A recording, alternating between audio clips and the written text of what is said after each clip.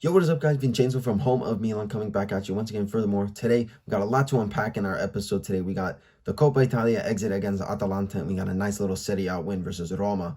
So, without any further ado, guys, let's jump into this. But before we do, make sure you guys check us out on all of our platforms at Instagram, Twitter, TikTok, and Bunches, all at home of Milan. So, without any further ado, guys, let's jump into this. So, talking about the Coppa Italia exit against Atalanta, it was just an absolute shit show for Milan. This Milan with an okay first half, playing well and being diverse up in attack, and we were rewarded with a goal in the first half, which seemed like our only threatening chance. Nonetheless, it's a great link-up play with Theo and Leao. Theo continuing his nice little patch of form here, and Leao scores an incredible goal. It's a half volley straight into the side net, but it seemed like our luck ran out. Not even 90 seconds after the goal of being ahead, we concede a silly goal at the other end. And when you score a goal, you have to be careful and you have to be able to control the game. And then on defensively, we were absolutely terrible. Calabria in no man's land for the goal, and the rest of the defense was just sitting way too deep inside the box. And you didn't even pick up the run that was being made by Cope Miners. And on top of that, the pitch looked absolutely terrible. It looked like you were watching a game from AFCON. Which, moving on to the second half, 20 minutes in, Atalanta were rewarded a penalty. And for me, it wasn't even a penalty, right? And I think for a lot of us, watching and, viewing, Jimenez clearly gets a touch on the ball. So I don't know why the VAR isn't, communicating to the referee saying, hey, where is this call? And I don't know how, the VAR just didn't call nobody. There was a clear angle of it. But nonetheless, Pioli killing the kid's confidence, subbing him out not even a minute later. And somehow Musa stays on after having a terrible performance as well. And offensively, we were just so one-dimensional. And we saw, at the end of the match, it was just pass to Leao and hopefully he can create something magical. And Pioli showing us once again his incompetence in the game management, and it just was not a good look. We lose our biggest chance of winning silverware at the end of the season. However, at the end of the match, it seemed like we should have been rewarded a penalty in the dying minutes with a handball from Atalanta inside the box, a clear handball. And again, I don't know why the VAR isn't communicating to the ref, why they're not even looking at this play, and why they're not rewarding us a penalty, because again, this changes the whole tie of the game, right? Like I said, there goes our chances of winning silverware this season. And now at this point, we just have to focus on Serie A and securing that top 3 spot. Let's just go to tops and flops. Top for me, I'm going to say Theo Hernandez, because after some poor performances, it looks like he's been picking up some nice form recently, getting an assist for Leao's goal, which it was super nice to see Leao score again. And it was a great goal that Leao took. I'm going to say Theo as my man of the match. For flop, I'm going to say, like I said previously, I'm going to say Yunus Musa just did not look up to par in this game. And it looks like he's still kind of recovering from his injury. But I don't know how he stayed on the pitch. But yeah, for me, Yunus Musa is going to be my flop of the match. Moving on to a more positive note, in the Serie A, we get a nice little 3-1 win versus Roma. And Milan in this game were just in control. It was a very mature and composed performance from Milan. And clearly so, because in 11 minutes into the game, we seen Yacine Adli score his first ever Milan goal. So big shout out to Yacine Adli with a nice little assist from Reinders as well. So shout out to him as well. But Adli, nice little fake shot to put it into the bottom corner. So just a nice composed finish for Adli. And it was just a very composed half for Milan, right? It seemed like we were in control. And, for the majority of the game, it seemed like we were that. We were just in cruise control.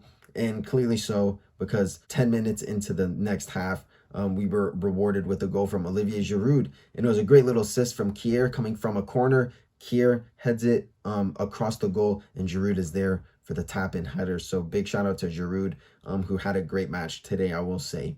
But it looked a little shaky because Roma, were rewarded a penalty, stone cold penalty.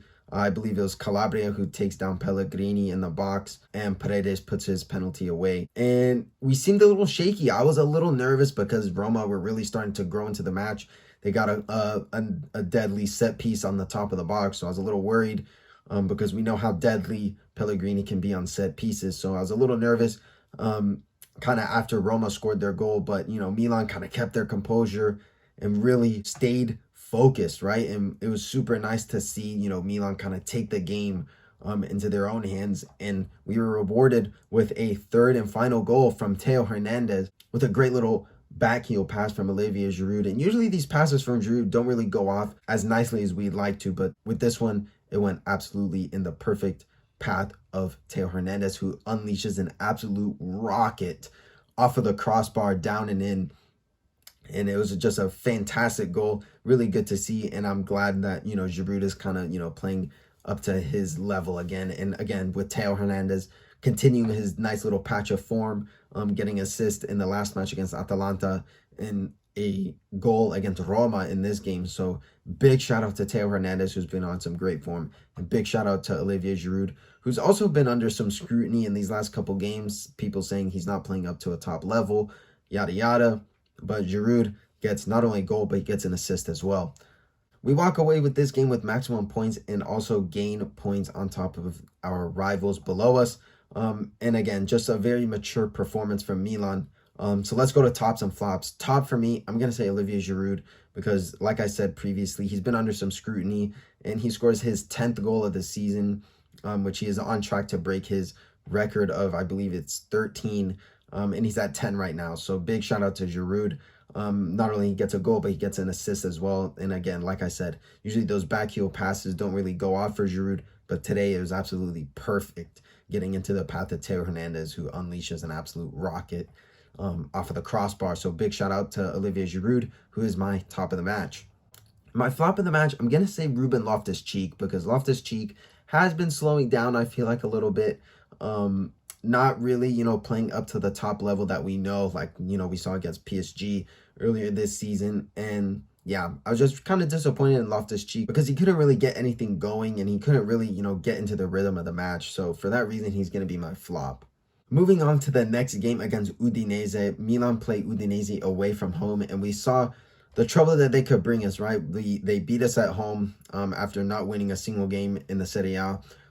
So we travel away to them, and it's definitely going to be a tough game because I feel like we always kind of struggle against Udinese. They're a very tricky side, but hopefully, again, we can maybe continue this, nice little form that we're in right now. But however, I feel like it's going to be a draw. I feel like it's going to be a draw. And I feel like that's just how this Milan team is. It's very inconsistent. I feel like we saw before, right? We can beat Monza, 3-1 comfortably, look like, we're in shape. And then we can go draw to Salernitana 2-2. So I feel like it's going to be a similar story, right? We play very good against Roma and then we go away to Udinese and then we struggle. So I feel like it's going to be same story, different day. So I think we're going to unfortunately get a draw here against Udinese. I think that'll do it for this episode, guys. Thank you so much for tuning in. Make sure you guys like, comment, subscribe, and let me know what you guys think about Milan in these last couple games, how Theo's been doing, what you guys think of the goal, because it was an absolute beauty of a goal. So let me know in the comment section below. If you guys like, comment, subscribe, and I'll see you guys in the next video. Ciao ragazzi.